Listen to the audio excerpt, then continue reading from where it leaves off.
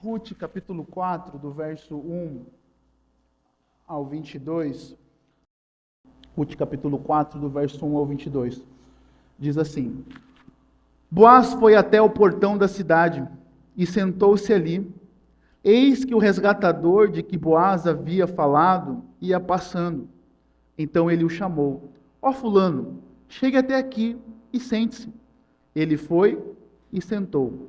Então Boaz chamou 10 homens dos anciões da cidade e disse: Sente-se aqui. E eles sentaram. Boaz disse ao resgatador: Noemi, que voltou da terra dos Moabitas, pôs à venda aquele pedaço de terra que foi de nosso parente Elimeleque. Então resolvi informá-lo disso e dizer a você: compre essas terras na presença dos que estão sentados aqui e na presença dos anciões do povo. Se você quer resgatá-las, faça resgatá-las, a não ser você, e depois de você, eu. Então ele respondeu: eu vou resgatar essas terras. Boaz, porém, lhe disse: no dia em que você receber essas terras da mão de Noemi, também terá de receber Ruth, a moabita, já viúva, para perpetuar o nome do esposo falecido na herança dele. Então o resgatador disse: nesse caso não poderei fazer o resgate, para não prejudicar a minha própria herança. Faça você uso desse meu direito, porque eu não poderei fazê-lo. Este era, antigamente, o costume em Israel, quanto ao resgate e permutas. Quem queria confirmar o negócio tirava a sandália do pé e a entregava ao outro. Era assim que se confirmava um negócio em Israel. Por isso, quando o resgatador disse a Boaz: faça você o resgate, tirou a sandália do pé. Então Boaz disse aos anciões e a todo o povo: hoje vocês são testemunha de que comprei de Noemi tudo o que pertencia a Elimeleque, e a Quilion, e a Malom. E também tomam por mulher Ruth, a moabita, que foi esposa de Malom, para perpetuar o nome deste sobre a sua herança, para que este nome não seja exterminado dentre os seus irmãos. E do portão da cidade, hoje vocês são testemunha disso. Todo o povo que estava no portão, os anciões, disseram: somos testemunhas. E disseram a Boaz: que o Senhor faça esta mulher que está entrando na sua família, como fez a Raquel e Lia, que edificaram a casa de Israel. E que você, Boaz, seja um homem poderoso em Efrata, e que seu nome se torne famoso em Belém. E que com os filhos que o Senhor lhe der dessa jovem, a sua casa seja como a de Pérez, o filho que Tamar deu a Judá. Assim Boaz recebeu Ruth e ela passou a ser a sua mulher. E ele teve relações com ela e o Senhor concedeu que ela ficasse grávida e tivesse, um filho. Então as mulheres disseram a Noemi: bendito seja o Senhor que não deixou hoje de lhe dar um neto que será o seu resgatador e que o nome dele venha a ser famoso em Israel. Nele você terá renovação da vida e consolo na velhice, pois a sua nora, que ama você, deu à luz. E para você ela é melhor do que 7 filhos. Noemi pegou o menino no colo e passou a cuidar dele. As vizinhas lhe deram o nome, dizendo: nasceu um filho para Noemi, e o chamaram de Obed, e este veio a ser o pai de Jessé, o pai de Davi. Estas são as gerações de Pérez. Pérez gerou Esrom, Esrom gerou Rão, gerou Aminadab, Aminadab gerou Naazon, Naazon gerou Salmão, Salmão gerou Boaz, Boaz gerou Obed, Obed gerou Jessé, e Jessé gerou a Davi. Vamos a Deus mais uma vez em oração.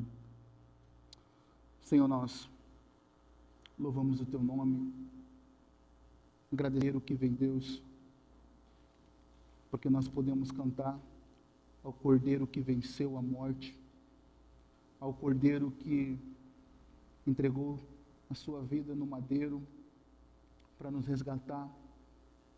E hoje nós temos o Espírito Santo que se move em nosso meio.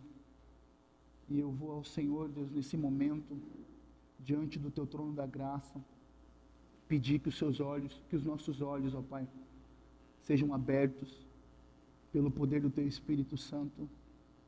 Ó Deus, edifica a nossa fé, a nossa alma, o nosso coração, nos alimenta com a sua palavra.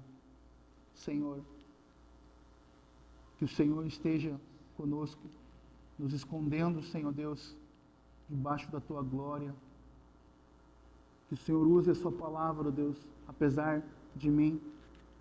Ó Deus, que o teu Espírito Santo nos conduza a um quebrantamento e a olhar o seu amor revelado na cruz por causa dos nossos pecados, ó Pai. Nós oramos e nós te pedimos em nome de Jesus. Amém, Senhor. Meus irmãos, que história. História de Ruth e Noemi. Na realidade, essa parece aquelas histórias que a gente lê, que a história tem um final feliz. Ela tem um final feliz. Seja aquelas histórias de quadrinho ou da literatura, que sempre tem um final feliz e um final de amor e um romance. Não é verdade? Mas essa é a história do povo de Deus. A história do povo de Deus, ela é da forma como está a história de Noemi e Ruth. A história do povo de Deus é marcada por Deus, por sofrimentos e por dores e por lutas. A história do povo de Deus, ela não é uma história isenta de problemas e dificuldades. Não. A história do povo de Deus é a história marcada por sofrimento, como nós vimos no capítulo 1. O sofrimento de Noemi, de Elimeleque. Havia fome na terra de Israel, então Elimeleque pega a sua família e vai para a terra de Moabe para conseguir alimento para a sua família. Então Elimeleque morre e depois de 10 anos os filhos de Noemi morrem, os 2 filhos, Malom e Quilion. Então nós vemos uma viúva, na realidade 3 viúvas, que era Noemi, e depois os filhos de Noemi, de Elimeleque, casam com Ruth e Orfa. E no capítulo 1 mostra para nós que Noemi estava amargurada. Mas no capítulo 1 também revela para nós já Deus começando a providenciar o alimento no povo de Israel. Então nós percebemos a providência do Senhor desde o início nesse livro. Então a história do povo de Israel, do povo de Deus, é marcada por sofrimento. Ela é marcada por sofrimento. Mas a história do povo de Deus, ela também é marcada por um final feliz. É exatamente assim que a nossa história vai acabar. Um final feliz. Parece que nós estamos, às vezes, contando uma utopia, algo impossível de acontecer. Um final feliz. Uma vez eu vi certa ilustração que o povo de Deus é o único povo e o único time que jogando o jogo vitorioso. O povo de Deus já venceu. Mas essa vitória, ela não está pautada nas nossas forças. Essa vitória, ela não está pautada nas nossas obras. Essa vitória não está pautada em nós. Mas essa vitória está pautada na cruz do Calvário, que Cristo morreu na cruz por causa dos nossos pecados. Então agora nós vemos o quê? Uma providência gloriosa do nosso Deus. Então o capítulo 4 vai terminar com um tom da alegria, o tom da providência gloriosa. O resgatador chegou, o resgatador veio. Eu sou o resgatador, Cristo é o resgatador. Boaz então está apontando para Cristo. Meus irmãos, se nós tivéssemos que resumir em uma sentença a ideia desse texto do capítulo 4, nós poderíamos resumir da seguinte maneira: o Senhor providencia esperança para as nações e usa servos abnegados que não pensam em si mesmo. O Senhor providencia esperança para as nações e o Senhor usa servos abnegados, aqueles que renunciam à sua vida e que não pensam em si mesmo. E é exatamente isso que nós vimos aqui, que nós lemos aqui na história que Boaz está agora agindo. Então veja, o primeiro ponto, nós vamos dividir o texto, nós poderíamos dividir em 2 blocos, apenas 2 pontos. Hoje eu não vou ser um pastor batista, mas um pastor de 2 pontos. O primeiro ponto poderia ser Boaz, um servo abnegado. E o segundo ponto para nós poderia ser que a providência da esperança das nações. O verso 1 ao 12, nós vemos o diálogo de Boaz com aquele que estava na frente dele para ser o resgatador. E do versículo 13 em diante, nós agora não vemos mais Boaz falando. Nós vemos Boaz agindo e outros personagens agindo.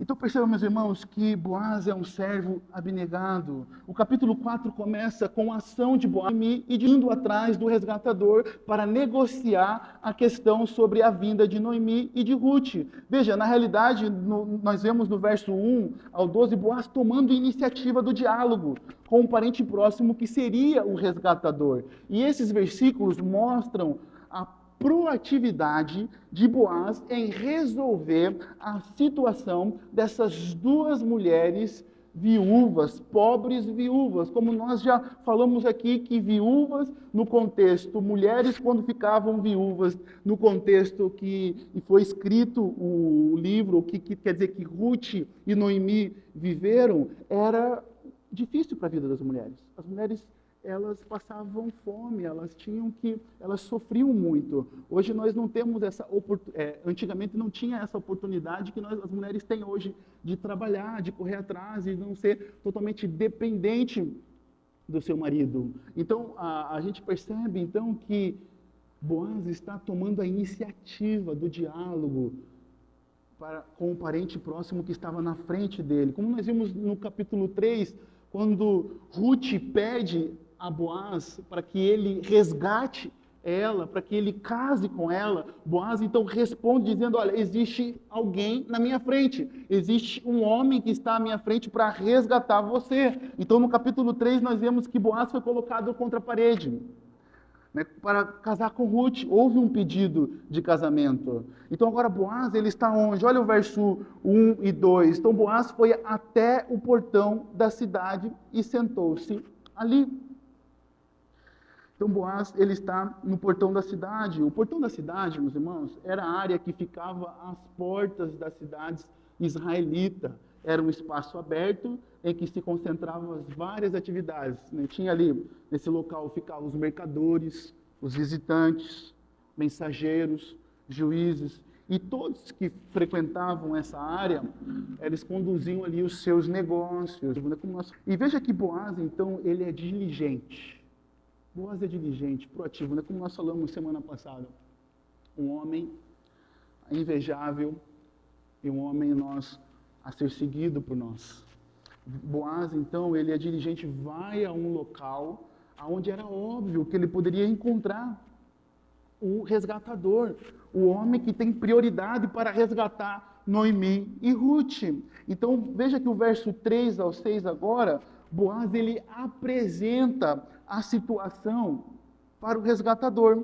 Veja que o verso 3, ele diz: Boaz disse ao resgatador: Noemi, que voltou da terra dos Moabitas, pôs à venda aquele pedaço da terra, que foi de nosso parente Elimeleque. Então resolvi informá-lo disso e a dizer a você: compre essas terras na presença dos que estão sentados aqui e na presença dos anciões do povo. Se você quer resgatá-las, faça isto. E não diga para que eu, quer dizer, se não, diga para que eu o saiba, porque não há outro que possa resgatá-las a não ser você, depois de você e eu. Então você percebe que Boaz agora, ele está apresentando para o resgatador a situação de Noemi e Ruth. Mas o que a gente precisa pensar, meus irmãos? Por que esse resgatador não veio antes? A gente precisa fazer essa pergunta. Por que esse resgatador ele não veio antes? Porque toda a cidade já sabia da situação de Noemi e Ruth. O texto deixa claro para nós que todas as pessoas sabiam disso. Quando Ruth vai até Boaz, lá na eira, onde ficava lá os grãos, os trigos, onde os homens limpavam ali a eira e limpavam os trigos, ali as sementes. Quando a Ruth vai até ele e pede ele em casamento, fala para ele cobrir, o que ele fala? Olha, eu sei que toda a cidade está falando que você é uma mulher virtuosa. Você é uma mulher virtuosa. Antes, não precisa ficar essa pergunta no ar para nós. Por que esse resgatador não foi antes falar com Noemi e com Boaz? Então agora Boaz está apresentando a situação de Noemi e de Ruth. Então Boaz ele está apresentando aqui, esse capítulo ele está refletindo duas práticas do Antigo Testamento. Quais são as duas práticas? O liverato e a redenção, né? A redenção da terra. Então veja que o primeiro ponto que Boaz apresenta a esse homem, a esse resgatador, que não tem nome, veja que o verso 1 começa chamando ele, o verso 2 na realidade, quer dizer, o verso 1 finalzinho começa chamando ele de ó fulano. Ó fulano, não tem nome. E esse é um outro ponto que você precisa olhar para isso com algo. Por que esse homem, o autor não narrou, não colocou o nome dele aqui? Nós vamos ver mais para frente isso. Então, Boaz está apresentando aqui a redenção da terra, que esse homem, que esse fulano tinha, né, que a palavra resgatador, ela é Goel. Esse Goel, esse homem, poderia comprar as terras para evitar que Noemi, que a família saísse dela. Ele ia cultivar a terra, ele ia cuidar da terra, mas ele não ia expulsar Noemi. Noemi ia ficar na terra também, e ele ia cuidar de Noemi, e ia deixar que Noemi se aproveitasse do ponto de vista ali de tudo aquilo que ele ia trabalhar, daquilo que ele ia produzir naquela terra. E a segunda questão, que nós vamos ver mais para frente, então, que é os versos 5, quando ele responde positivamente esse resgatador, quando Boaz apresenta e diz para ele comprar a terra, ele fala, então tá certo, eu vou comprar a terra, eu vou ficar com essas terras. Mas a segunda, e agora Boaz apresenta, olha, se você for ficar com a terra, você vai ter que casar também. O 5 diz, Boaz, porém diz, no dia em que você receber essas terras da mão de Noemi, também terá de receber Ruth, a moabita, já viúva, para perpetuar o nome do esposo falecido na herança dele. Então agora Boaz está falando do casamento, o casamento liverato. O que era o casamento liverato? Era um parente próximo que podia casar-se com a viúva de um homem sem filhos, para preservar o seu nome e a sua herança. Então Boaz agora está falando, olha, você vai ter que casar com Ruth para perpetuar a herança de Malom, para que o nome de Malom e de Elimeleque não seja esquecido. Então veja que, quando Boaz ele apresenta a situação de Noemi, ele começa dizendo que ela colocou as suas terras para vender, mas Noemi não estava vendendo a sua terra em si, mas era uso e fruto da terra. Como já expliquei, então Noemi poderia usufruir da terra. Noemi poderia usufruir ali daquela terra enquanto esse resgatador, ele produziria, ele plantaria, ele trabalharia ali, então ela ficaria também nessa terra sobre os cuidados desse resgatador. Então veja que Noemi estava colocando as suas terras à venda, mas para que ela pudesse também ter ali um cuidado. Então ele era um dos resgatadores da terra que poderia comprar as terras e cuidar da senhora viúva, Noemi, e o único compromisso que ele teria com ela seria sustentá-la, dar abrigo, não deixar ela passar fome. Ela iria usufruir da terra, mas em troca disso ele cuidaria das terras, produziria nas terras delas e ganharia um dinheiro. Até aqui, quando nós beneficiarmos no verso 4, a resposta dele é positiva. Eu vou me beneficiar? Então, ok, eu quero.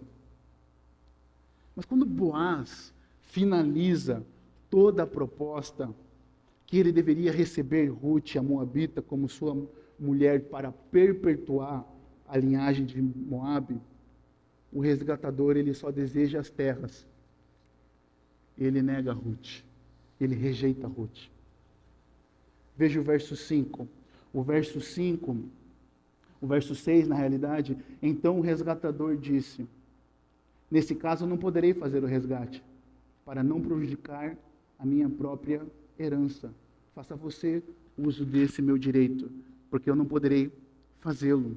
Então veja que o senhor fulano tinha interesse de anexar as terras de Elimeleque às suas, mas quando ele descobre que tem que casar com Ruth e gerar um herdeiro de Elimeleque e Malom, ele muda de ideia. Ele muda de ideia. Então agora volte à pergunta. A pergunta que fica é: por que ele deseja as terras e rejeita o casamento? Ele mesmo dá a resposta no verso 6. Ele rejeita o casamento porque o casamento prejudicaria a sua herança. Então esse senhor fulano, ele era um homem egoísta. Olha o contraste que nós temos aqui. Um homem íntegro, um homem proativo, um homem servo, que é Boaz, e nós temos um contraste entre outro homem, um homem egoísta, que olha para a sua vida e diz: olha, até aqui eu vou. Mas passou disso, não tem como, porque isso vai prejudicar a minha herança. Então veja como esse homem, esse fulano, era um homem egoísta. Ele pensou na sua condição em primeiro lugar. Ele pensou na sua herança, que ele teria prejudicado. Sabe, meus irmãos, uma aplicação para nós é que, infelizmente, todos nós somos tentados a agir da forma que esse fulano agiu, pensando em nós mesmos em primeiro lugar, agindo de forma egoísta. Sabe, meus irmãos, hoje é dia de ceia. Hoje é dia de ceia, de celebrarmos, de trazermos à memória o sacrifício do nosso Senhor. O sacrifício de Cristo. Hoje é o dia de ceia que nós temos de trazermos à memória o pacto que nós temos com o Senhor e uns com os outros. Sabe uma coisa, meus irmãos? Eu posso dizer uma coisa para você hoje, que não vale de nada, meus irmãos, você tomar a ceia e estar nem aí para a vida dos seus irmãos. E tratar as pessoas que estão à sua volta como se elas não fossem nada. Você está apenas fazendo um ritual vazio. Quando você toma a ceia do Senhor e você não lembra do corpo de Cristo, das pessoas que estão à sua volta, você é um ritual, é um vazio ritual, porque você está tratando isso de forma egoísta, somente pensando em você mesmo. É exatamente isso que esse senhor fulano está fazendo. Ele olha para a situação de Ruth, ele olha para a situação dessas duas pobres viúvas, e ele não pensa em se entregar por elas, mas ele pensa na sua própria herança e diz: não, até aqui chega. E é exatamente isso que acontece muitas vezes com você, quando você não consegue servir as pessoas, é porque você está avaliando no que você vai ser prejudicado, o que isso vai trazer para você. É exatamente essa palavra que esse homem usa: olha, isso vai prejudicar a minha herança, e é exatamente isso que muitas vezes você age. A sua falta de entrega no serviço ao Senhor tem limites. Tem limites. Tem limites muitas vezes, ou quase sempre. A sua falta de entrega ao serviço do Senhor tem limite porque ela não está fundamentada no sacrifício de Cristo Jesus. Não está fundamentada no sacrifício do Senhor Jesus. E aí você coloca barreiras aquilo que lhe impede de prosseguir mais. E veja, o verso 7 e 8, então, ele passa, mas no verso 6 ele já passa o uso do direito para Boaz. Olha, eu não poderei fazer uso disso, então faça você. E no verso 7 e 8 nós vemos então eles selarem um acordo que o direito de resgatar as terras de Noemi e casar com Ruth foi passado para Boaz. E o verso aqui vai narrar o costume que acontecia ali. Eles trocam as sandálias. Veja, esse era antigamente o costume em Israel, quando resgates e permutas, que quem queria confirmar um negócio tirava a sandália do pé e entregava ao outro. Era assim que se confirmava um negócio em Israel. Então, você percebe que eles estavam selando um contrato. 10 anciões, testemunhas, pessoas. Então esse resgatador, ele sela um contrato e passa para Boaz. Agora você é a pessoa que pode resgatar as terras e casar com Ruth. E veja então que no verso 9 ao 10, Boaz compra tudo que pertencia à mulher e a Quilion e a Malom e toma Ruth como mulher. Olha o verso 10 então. Então Boaz disse aos anciões e a todo o povo: hoje vocês estão testemunha que comprei de Noemi tudo que pertencia a Elimeleque e a Quilion e a Malom, e também tomo por mulher Ruth, a moabita, que foi esposa de Malom, para perpetuar o nome deste sobre a sua herança, para que este nome não seja exterminado dentre seus irmãos e do portão da cidade. Hoje vocês são testemunhas disso.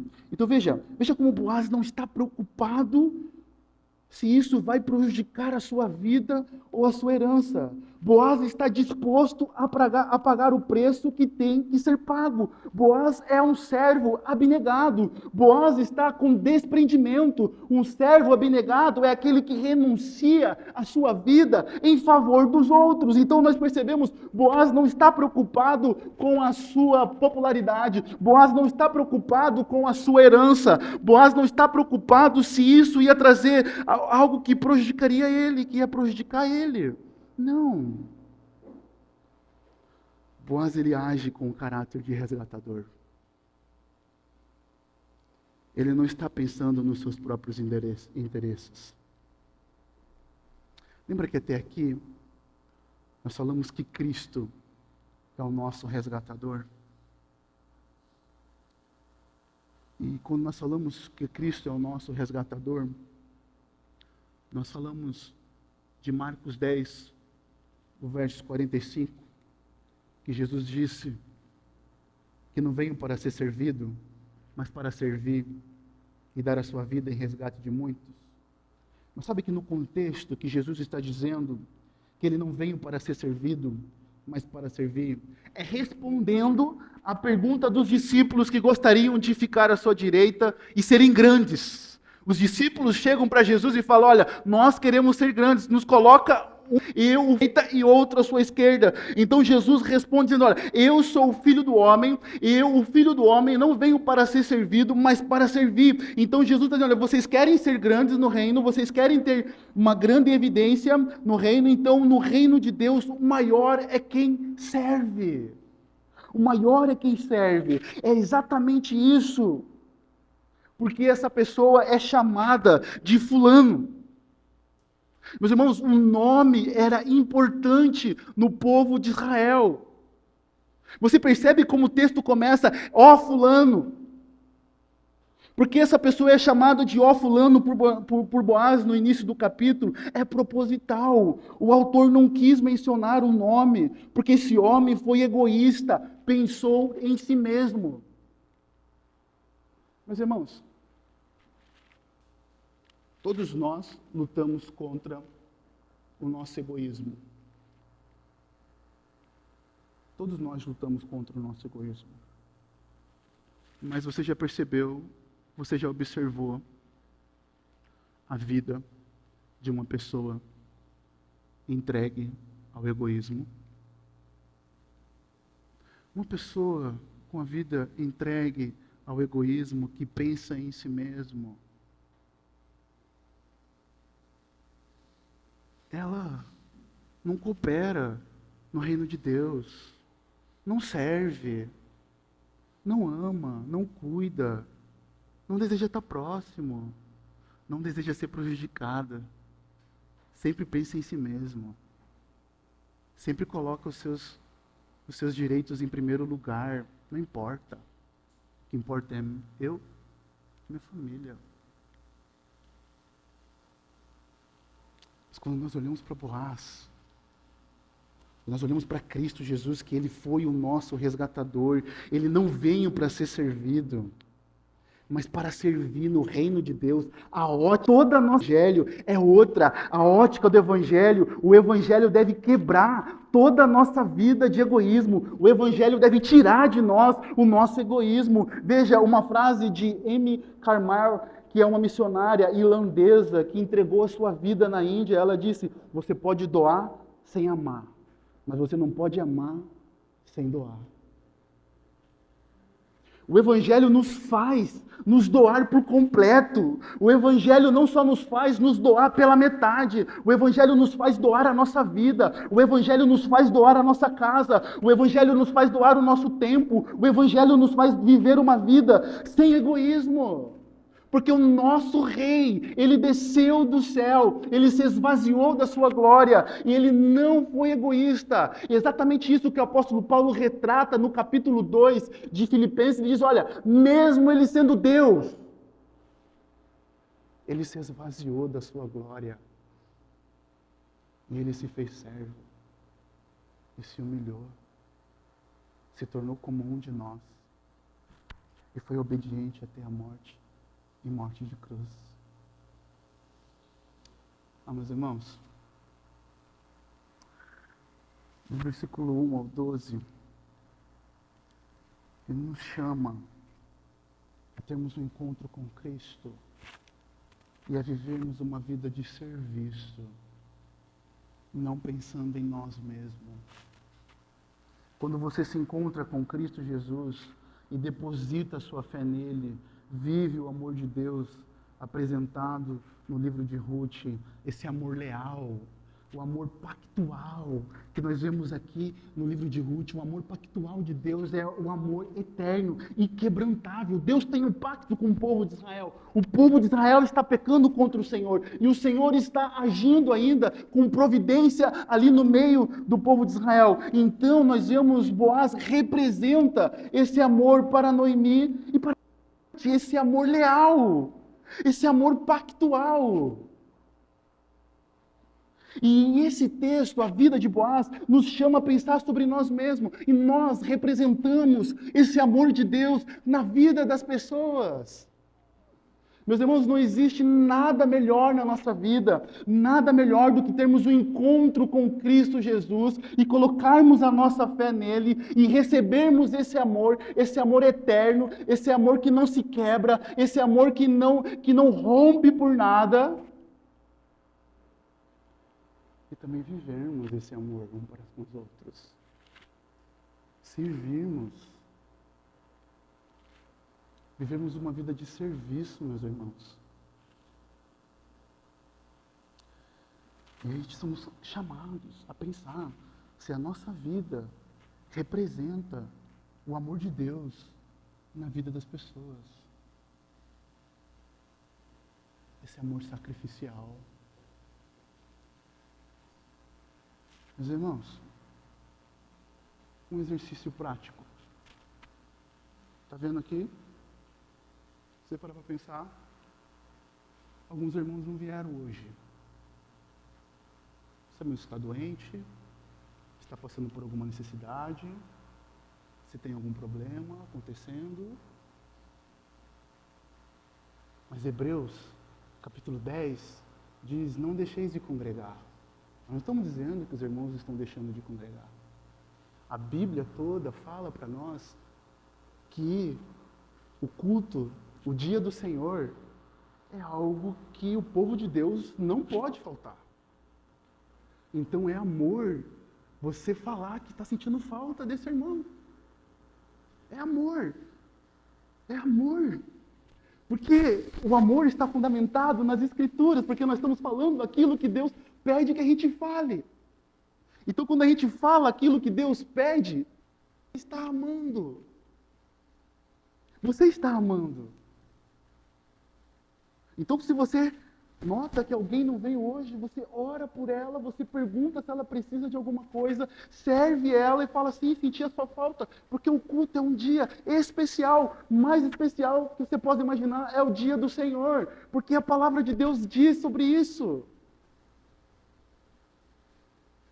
Entende? E aí você ouve, você ajuda, você encoraja, você ora. E você representa o amor de Deus na vida das pessoas.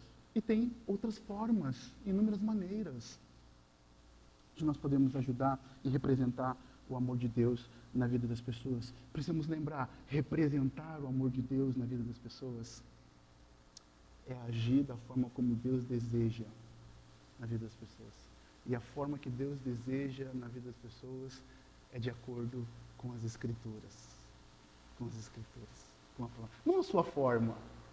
Não o seu jeito de pensar. Não o que você acha. Não. Mas a palavra de Deus. A palavra de Deus nos norteia a viver esse amor. Porque nós estamos demonstrando o amor ao Senhor e nós estamos demonstrando o amor pela vida das pessoas. Então você percebe agora, meus irmãos, no verso 11 e 12, nós percebemos então agora que todo o povo estava no portão. E os anciões disseram, somos testemunhas. E disseram a Boaz, que o Senhor faça dessa mulher que está entrando na sua família, como fez a Raquel e Lia, que edificaram a casa de Israel. E que você, Boaz, seja um homem poderoso em Efrata, e que seu nome se torne famoso em Belém. E eles continuam abençoando. Então a gente percebe a bênção das testemunhas. O que parece aqui, não sei vocês, mas quando você para ler, o que parece aqui? Parece que tem uma plateia. Primeiro tem os 10 anciões, que o próprio Boaz chama. Assistindo, daqui a pouco vai chegando gente. Era um lugar público. E parece que eles estavam assistindo a negociação. Além dos anciões, tinha o povo. E o que parece no verso 10, verso 11 e 12, é que tem uma emoção aqui nessa cena. É que parece que todos estavam torcendo para que Boaz a comprasse. Parece que todos estavam torcendo por Ruth e Noemi. Eu não estou dizendo que o texto está dizendo isso, meus irmãos. Eu estou trazendo para a gente imaginar essa cena. Porque quando Boaz compra, então Boaz diz, então todas as testemunhas, então todo o povo que estavam por tanto, eles somos testemunhas, e disseram a Boaz. Então você percebe que disseram a Boaz, e começaram a proferir bênçãos sobre a vida de Boaz. E a primeira bênção que eles proferem é, da mesma forma que Raquel e Lia edificaram a casa de Israel, eles oraram para que Ruth edifique a casa de Boaz.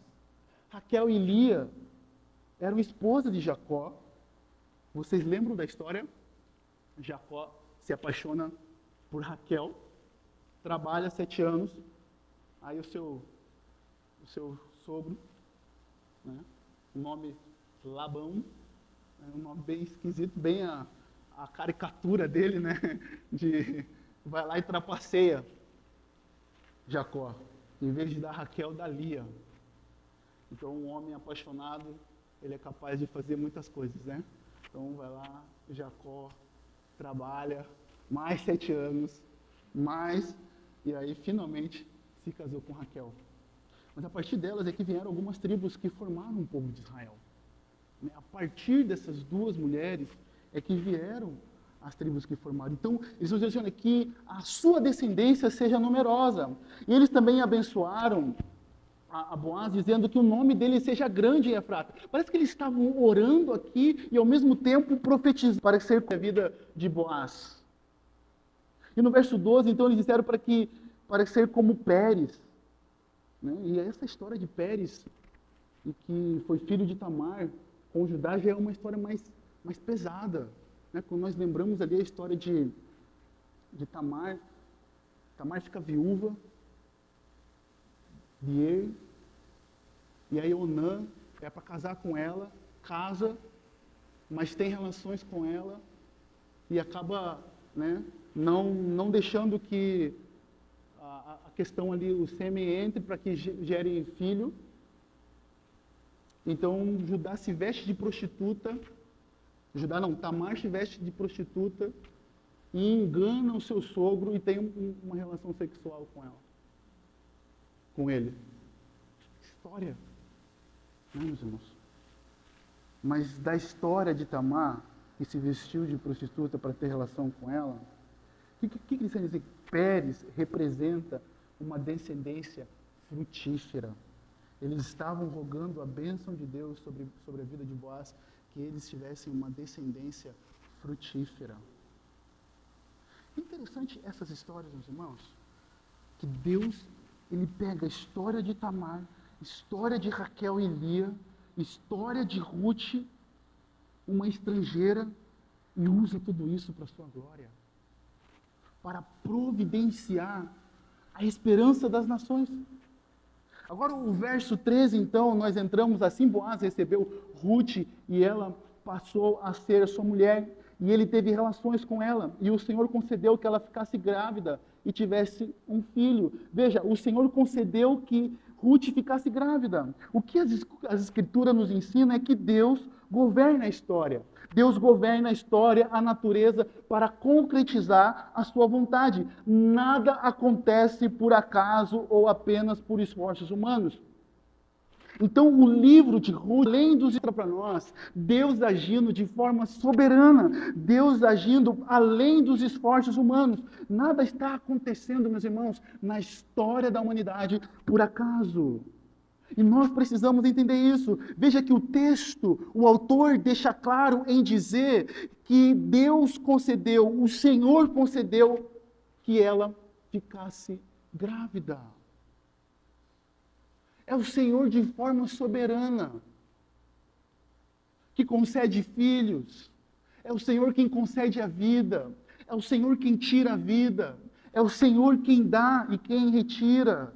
Então, meus irmãos, nós precisamos descansar na soberania de Deus e no governo do Senhor sobre a história da humanidade e da sua vida. Nós precisamos descansar, porque Deus está providenciando, já providenciou a esperança das nações. Agora, você percebeu? Boaz e o resgatador estavam conversando até aqui. As testemunhas e os povos ali, as pessoas reunidas também.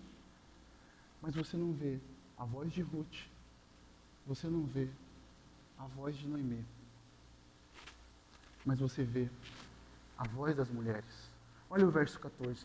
Então as mulheres disseram a Noemi: bendito seja o Senhor que não deixou hoje de lhe dar um neto que será o seu resgatador, que o nome dele venha a ser famoso em Israel. Vocês lembram como começou o capítulo? O capítulo 1, quer dizer?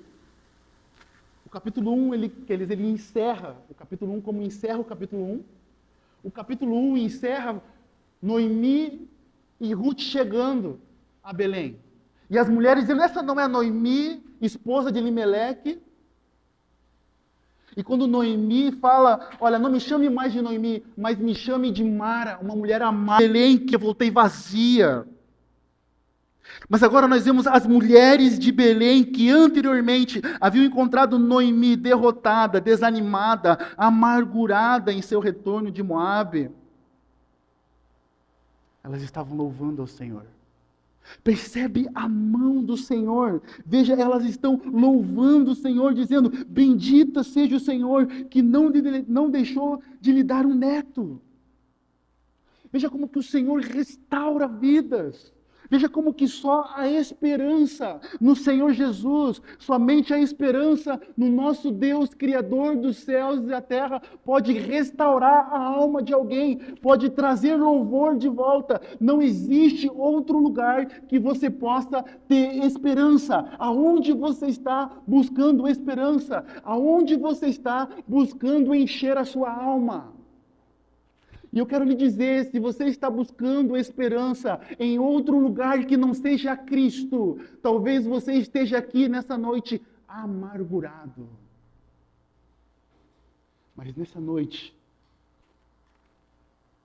Deus te trouxe aqui para que você receba o Filho de Deus, que morreu na cruz, para dar esperança para você e restaurar a sua alma e te ajudar a louvar, a voltar a louvar. Você percebe nessa cena aqui, as mulheres estão falando.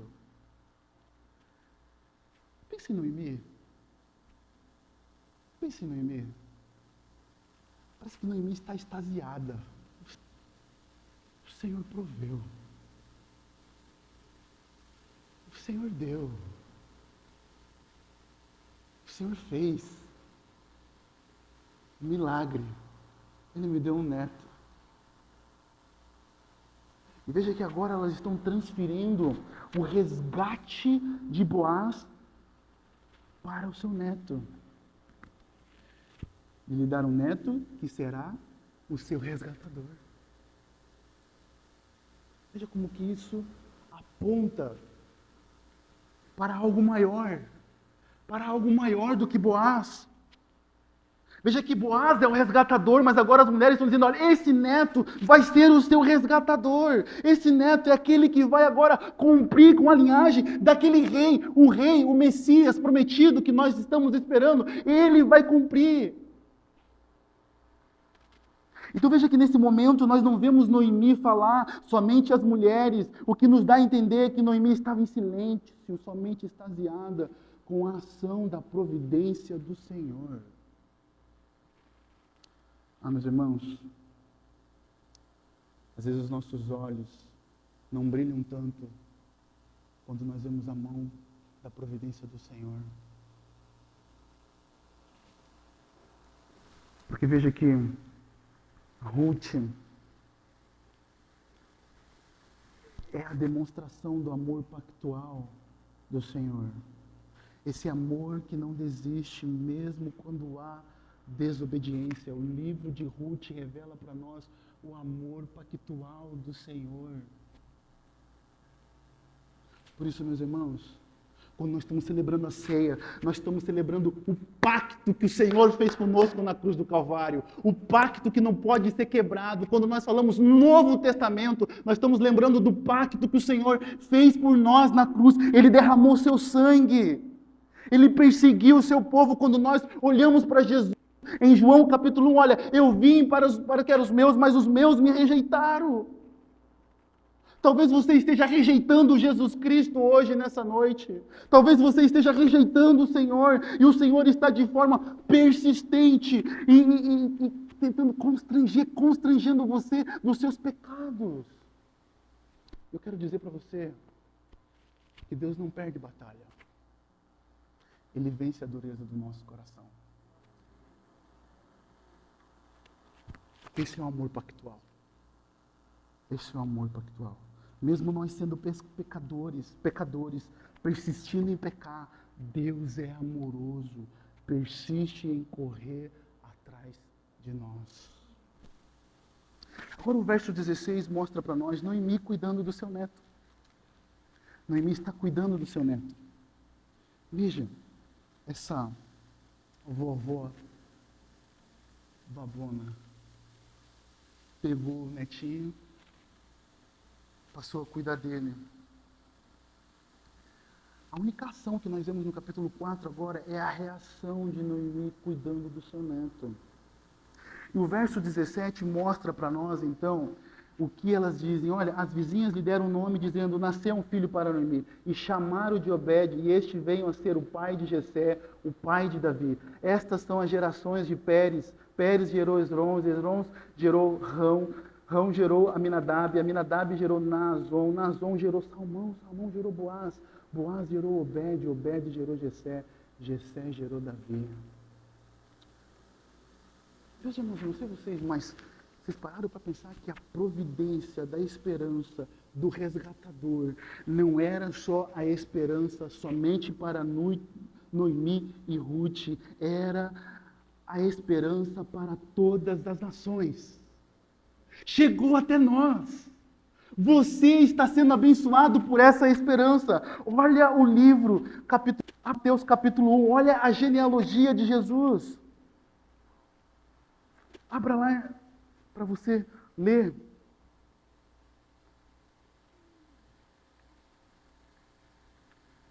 Olha o que diz a palavra de Deus, o livro da genealogia de Jesus Cristo, filho de Davi, filho de Abraão. Abraão gerou Isaque, Isaque gerou Jacó, Jacó gerou Judá e os seus irmãos.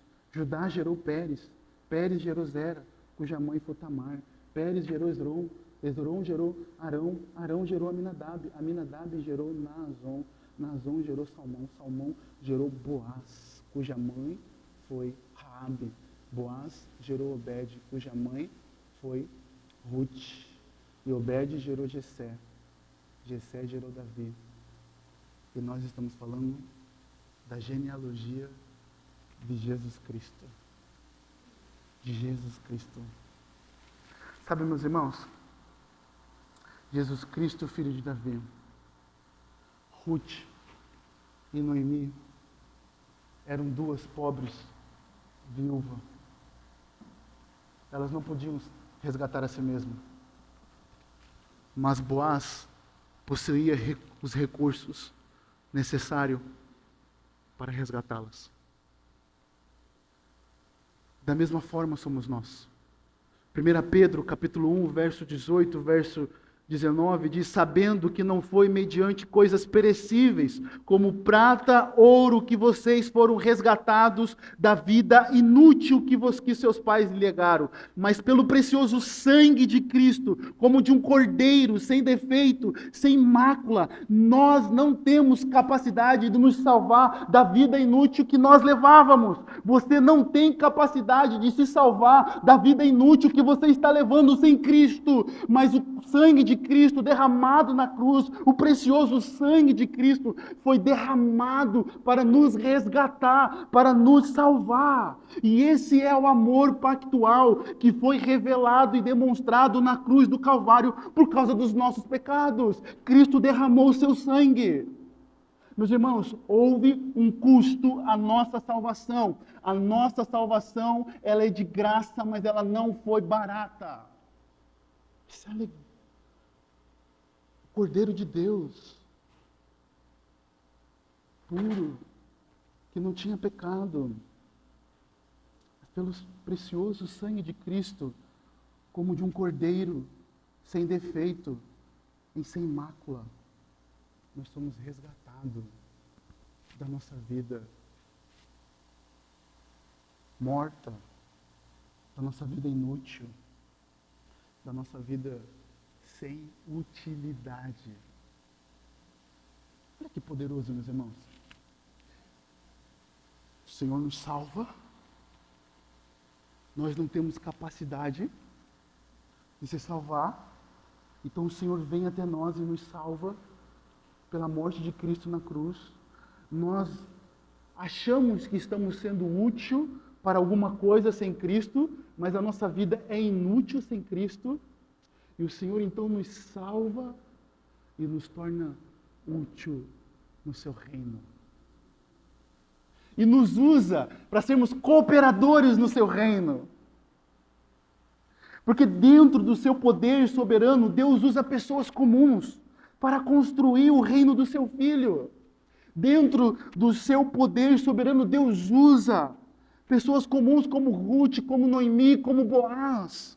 Agora mesmo Deus está agindo em nossa vida para construir o reino de Cristo.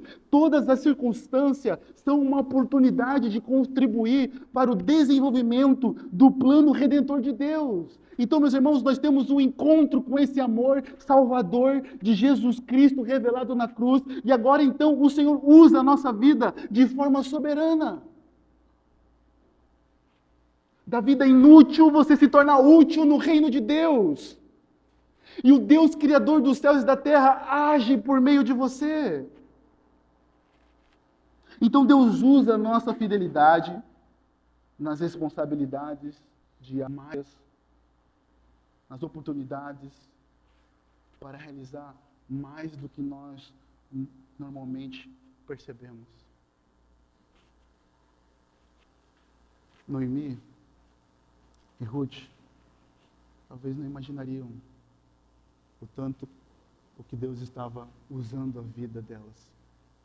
Talvez nós também não imaginamos o quanto Deus usa a nossa vida. Então, meus irmãos, eu concluo o livro de Ruth, que nós podemos ver a providência gloriosa do resgatador, que aponta para a providência da esperança das nações. No livro de Ruth, nós vemos a mão do Senhor conduzindo a história e revelando o seu amor pactual por meio de Ruth e de Boaz, que agora foi revelado na cruz do Calvário, que Cristo derramou o seu sangue na cruz. O preço foi um preço alto para você ser resgatado, para você ser redimido. O livro de Ruth nos leva agora também a pensar, a levar a esperança para as nações. Como Ruth e como Boaz, você também é chamado para cooperar na propagação do Evangelho, da esperança do nosso Senhor e do nosso Salvador. Você é chamado para servir, porque você foi resgatado do poder das trevas. E agora você é colocado no exército de Cristo para levar essa mensagem até as nações, até os confins do mundo. Você é chamado, nós, igreja, Palavra da Vida, somos chamados para propagar, cooperar com o nosso Deus Criador na salvação de almas que estão perdidas. Então, se encontre com Cristo, se arrependa dos seus pecados e seja útil no reino de Deus para levar a esperança às nações. Amém? Vamos orar.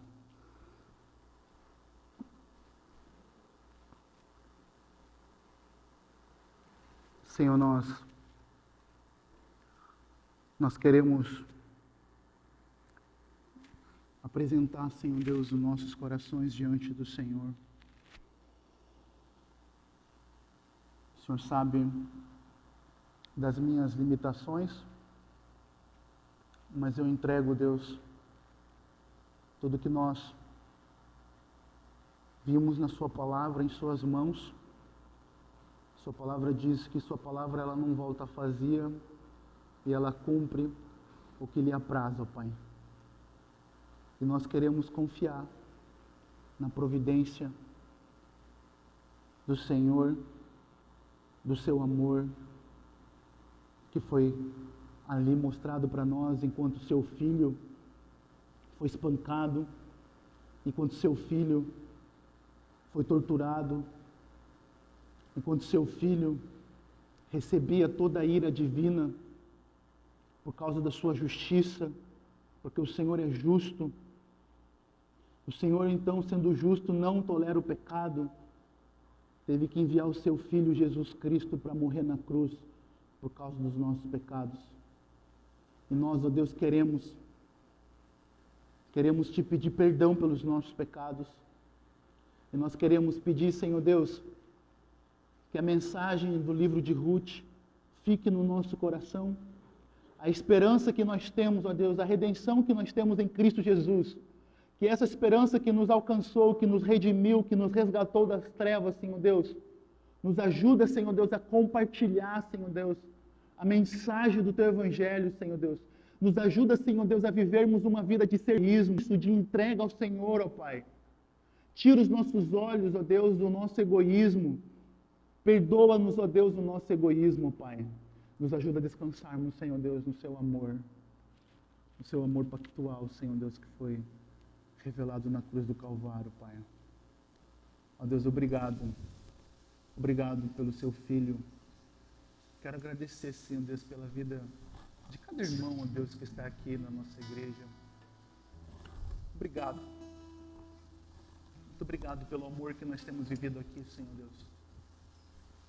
E continua fluindo, Senhor Deus, em nosso meio com amor, Pai. Teu Espírito Santo esteja, Senhor Deus, agindo em nós e nos dando unidade, amor pelo Senhor, Pai, amor um pelo outro e amor, Senhor Deus, às almas perdidas, Senhor Deus. Se alguém, ó Deus, que não tem Cristo nessa noite, que não teve um encontro real e verdadeiro com o Senhor, possa receber o Senhor, Pai. Ó Deus, não deixe que nossa mente fique distraída com coisas banais desse mundo, Pai. Mas que nossa mente fique focada no Senhor, Pai.